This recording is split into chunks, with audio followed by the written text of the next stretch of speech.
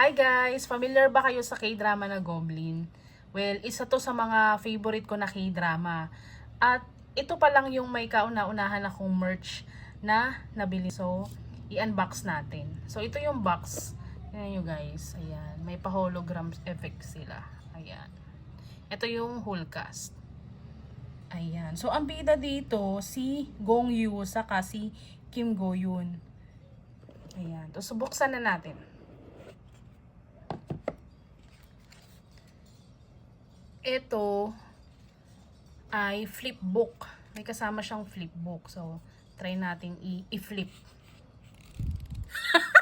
Fail! Ulitin natin guys.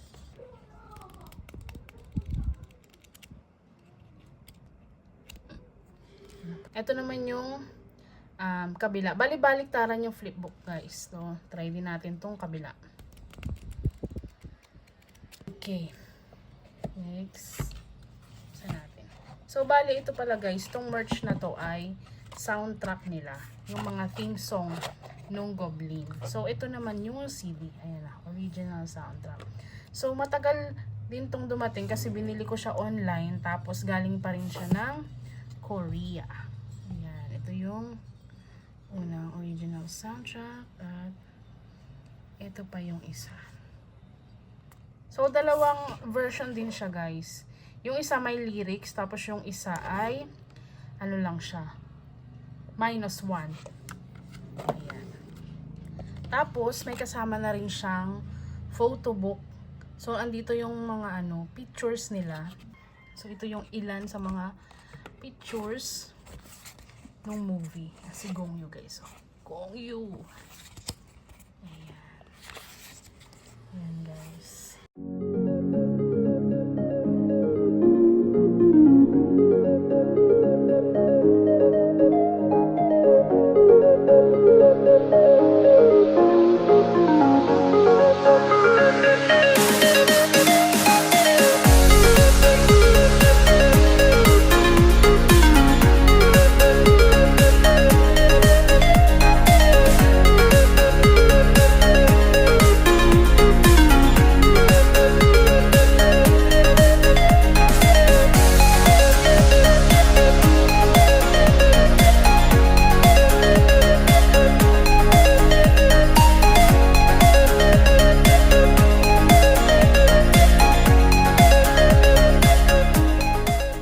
Guys, yung photo book.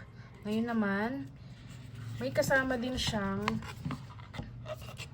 lyrics at title ng kanta.